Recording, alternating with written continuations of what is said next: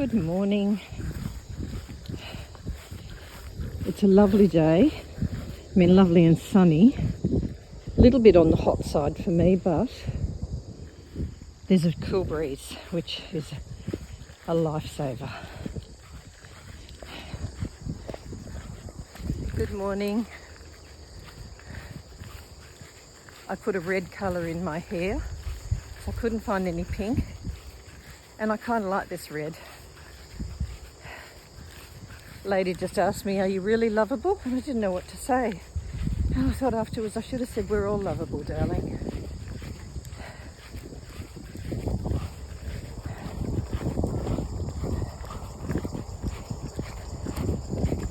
Today feels a good day. Today is a good day. It feels good. It feels one of the better ones. It started off as one of the better ones, and I pray it stay that way. How are you today? I mean, how are you really? Please write in the message box how you're feeling. I'll listen. Not many people will listen to us in this world, because we're all struggling with one thing or another, which really you'd think it would make us more sensitive to other people. But maybe sometimes it just means that some people are not available emotionally to listen because they're barely coping themselves. Well, I love to hear. I love to listen to people and hear their hearts, hear what's going on for them, be there for them. My arm's getting tired from holding the phone out like that, so I'm going to turn it round. So come for a little walk with me. Chill in paradise for a while. And when I say paradise, paradise isn't necessarily a place, just a place. For me, it's a combination, a lot of the time, of it's about my inner world, and combine that with nature, and that's one of the best places I can experience my paradise. What is paradise? What is your kind? What is your meaning of paradise?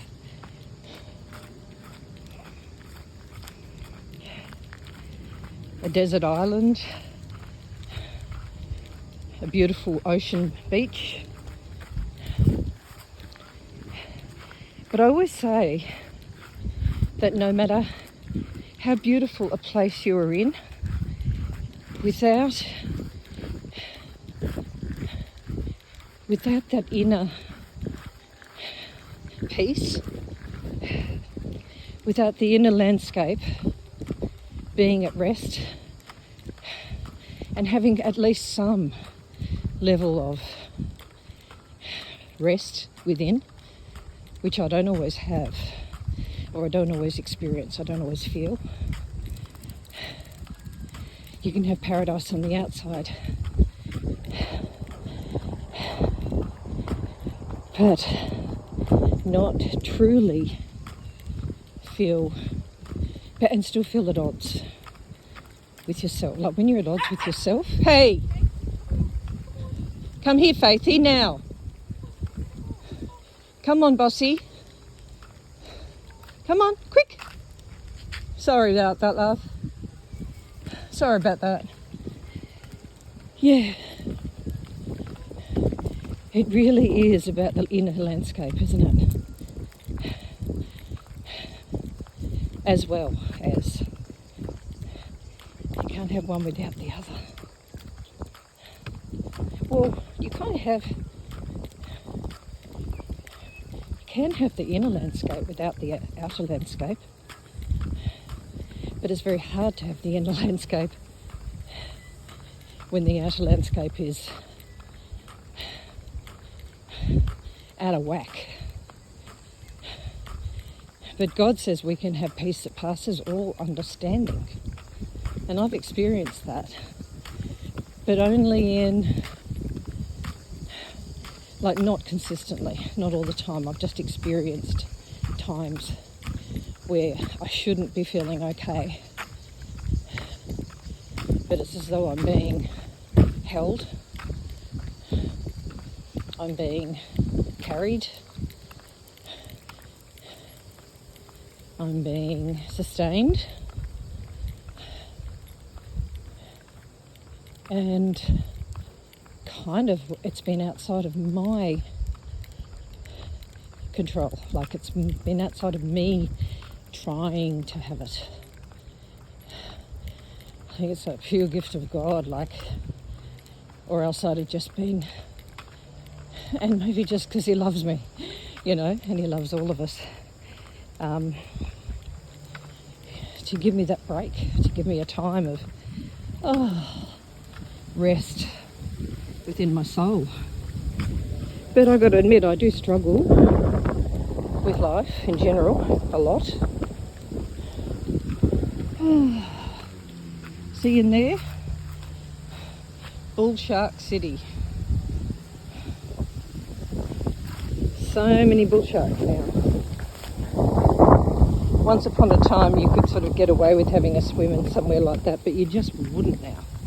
And you wouldn't let your dogs in there. Plus it's the time of the year where, because bullsharks can live in fresh and salt water, where they come up the river and they drop their pups apparently, and then they nick off because they're not very maternal creatures. Don't know if they're maternal at all. And they leave their kids to look after themselves.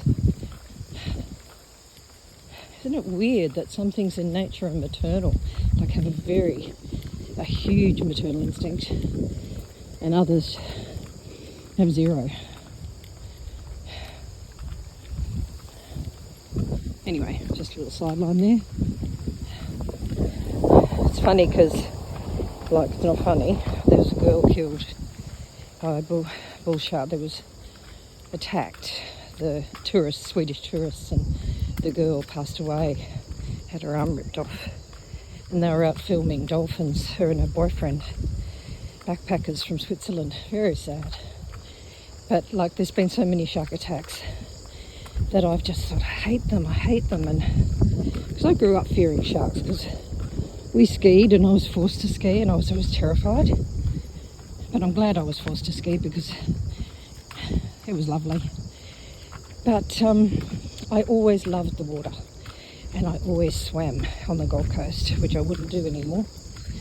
But when you go on Facebook or these sites where they're talking about the death of people, it's really upset me, because you see people going, well, it's their home, so what? If you want to go in the water, that's the risk you take. And it really upset me to see people so inhumane. Amoral, they call it. Not immoral, amoral, having no morals. No moral, thingy. And so it was like this war between those who felt for the people and those who felt for the shark. And it was making me feel angrier and angrier. And so I'm starting to see their point of view a bit. I certainly don't want to be like they are, with not caring about people, because I think both sides can be extreme, but especially the side of caring for the sharks can be very extreme, because they show no compassion, but they're showing all this compassion to the sharks. And the reality is there is too many sharks. There's so many more since they've been protected. Hello. Hello. But this morning I was looking at some shark videos, and I thought, yeah, I guess I can see, I don't know, it wasn't that I saw beauty in them or anything, I just saw them as not evil creatures like they're made to be. They're literally just an eating machine in the water.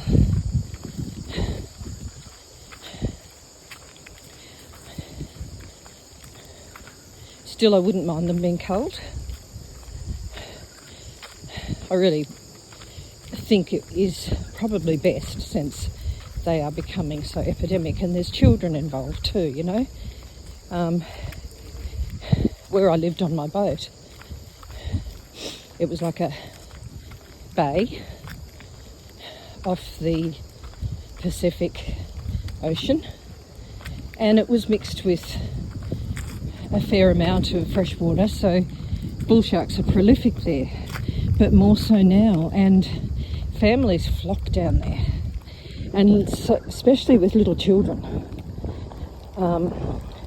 And bullsharks are known to be in the shallows.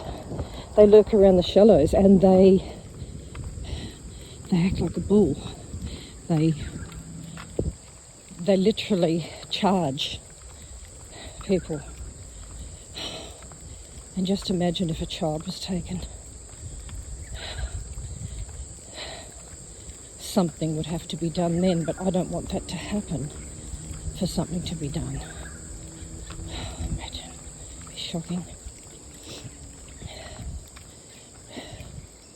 Seems like everything with bull in it, like pit bull, people that are bullies,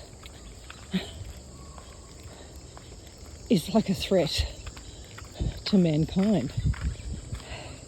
I mean, you look at the bulls that they fight in Spain. That is so beyond cruel. Getting them stirred up. Those bulls wouldn't do anyone any harm unless they're treated like that, and they're literally just like, they're just fighting for their life. Hate it. It's so wrong. So cruel. So I see the passion that people have about these social things, you know, these community things and nature and what people do and stuff. But at the end of the day, I definitely believe human life is worth much more than anything. God says we were given dominion, but it doesn't mean we take advantage of that. We were given dominion to take care of what we were given, and to not just go, oh, I'm going to kill that because it threatens me. But you've got to weigh everything up with how the world has gone. You know, the amount of sharks and dangers are not like they once would have been, I would say. I mean, I'm sure they were around the coastline all the time, but these big, huge sharks, like past 3 metres, are coming into shore where they were normally deep sea fish. Yes, they're fish. They might be a particularly loved fish, but they're still considered a fish.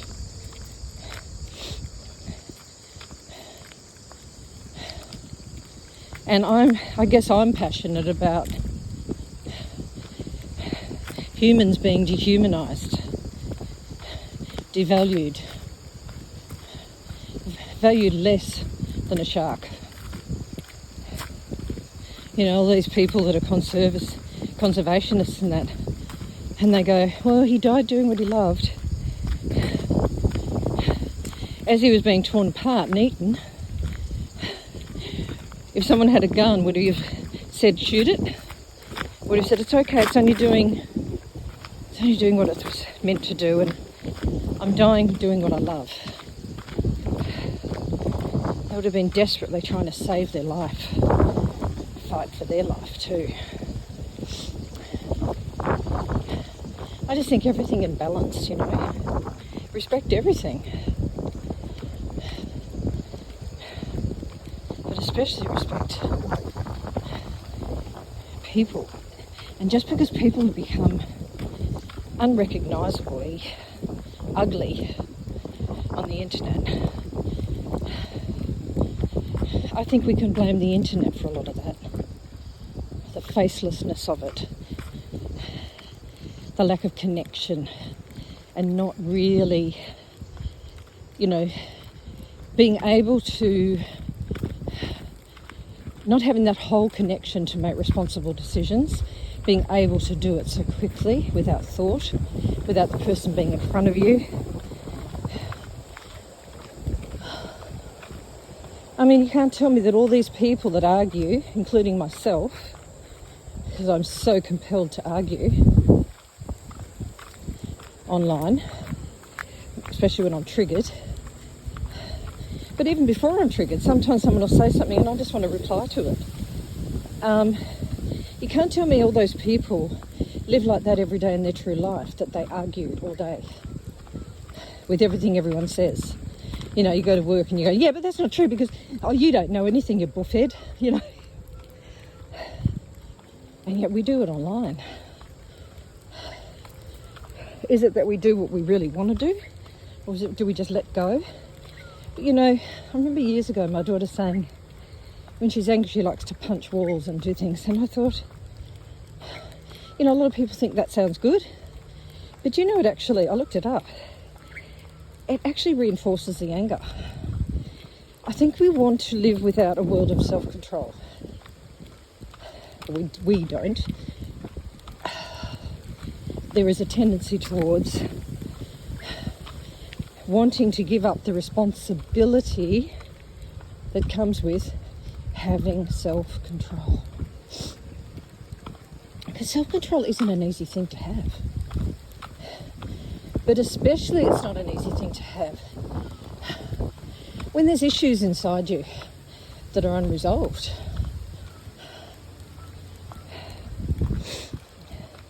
In other words, ACCA, being triggered. And, Facebook should be called Trigger City.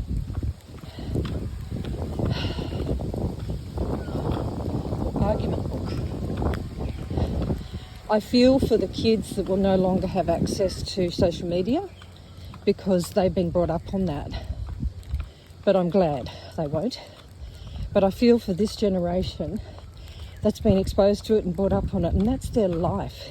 It's like having a rug pulled out from them, so they will be feeling it, because there will be addicts that are going through stuff, but not so much that. It's that adults tend to go, yeah, all these kids on social media, they're just addicted and it's terrible, blah, blah, blah. And I fear there's not going to be any understanding of the process they're going to go through.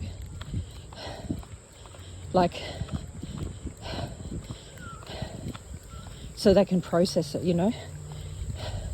We tend to just treat our teenagers like they're evil or they're the enemy and like we're just in charge, we're in control, instead of saying, God, this is going to hurt you. I know it's going to hurt you. How can I help you?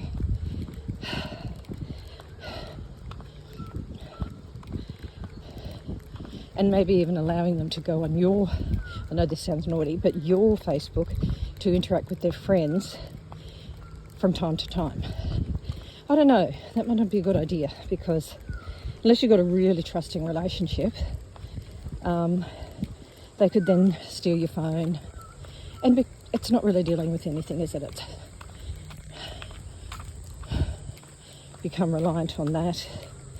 It's not really solving the problem. So it is pretty, the whole thing is cold turkey. Cold turkey. I wonder if there'll be kids that suicide, I don't know, God forbid, through this, that they'll feel cut off and alone and not being able to cope. And not be able to cope and have no one to process with. And if it doesn't just divide adults from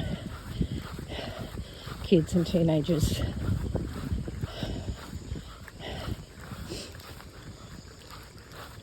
more feeling like the enemy, the adults are against the kids and create a real division, because kids, especially teenagers, they can often feel, I'm not understood, I'm not heard, there's a disconnect. I'm not saying it's a bad thing that they're doing this with social media. I'm saying it's a good thing, and it's quite radical, and it's very extreme, and I'm very proud to say it's an Australian intervention. But it will be really interesting, and it would be really good to do a social study on the effects of this.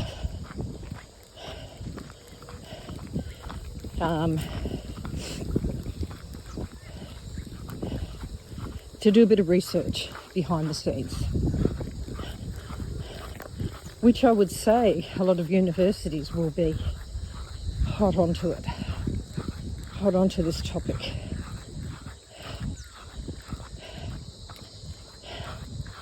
But it will take time. But imagine a world with kids not growing up with social media. Wow.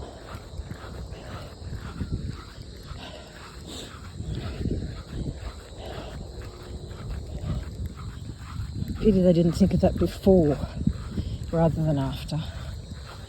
Would have been a much safer world. I mean, we're the ones that gave them access to it. The world, the adult world to today, gave children access to social media. Now it's going to be good old-fashioned phone calls.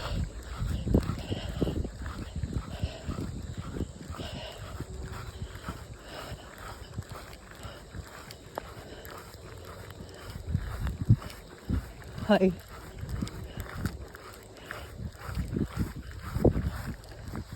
Oh, she's gone. Sophie! Come on.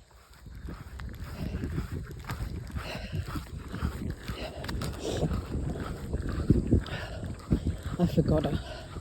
And when I forget her, she gets carried away with her little blonde brain, playing at the shore. And who knows what she's chasing after. Hope it's not bullsharks, no. I'd say it was ducks. She doesn't really like the water, so she won't be in the water. I'd say she's sort of like in a marshy area, because she comes back dirty. But I'm too tired to walk back and call her again, but I need to, because Mum and I are going to the doctor this morning. Oh. So we've covered paradise within, sharks, human debates, and social media. Oh. Well, it got me through my walk, I'll tell you that much.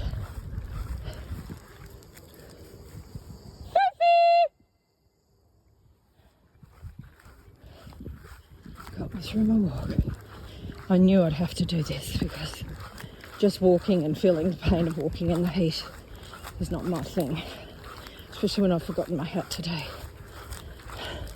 Don't worry, I've got plenty of, I put sun cream on, but still, I left my hat in the other car, and on some days I wear my hat and an umbrella, just for the shade and also for the effects of the sun.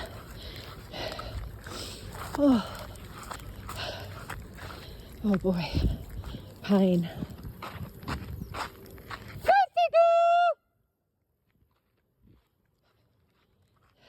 It's the only way she'll come.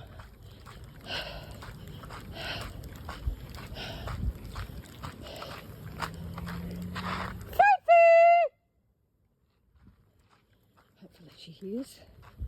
Oh. I'll go and sit in the comfort of the car in the air conditioning and wait for her. Oh God, please bring her back. Angels, please bring her back. So I really don't have the energy to walk up there and look for her again. And we have to be at the doctor's by a certain time, Father.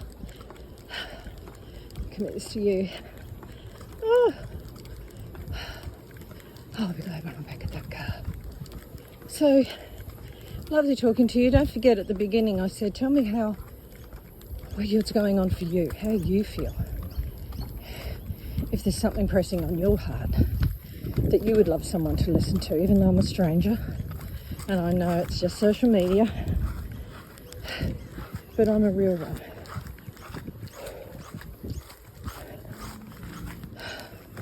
I like to think I'm a real person. Okay, in you go. Oh, there was my umbrella there. Oh, see you for today.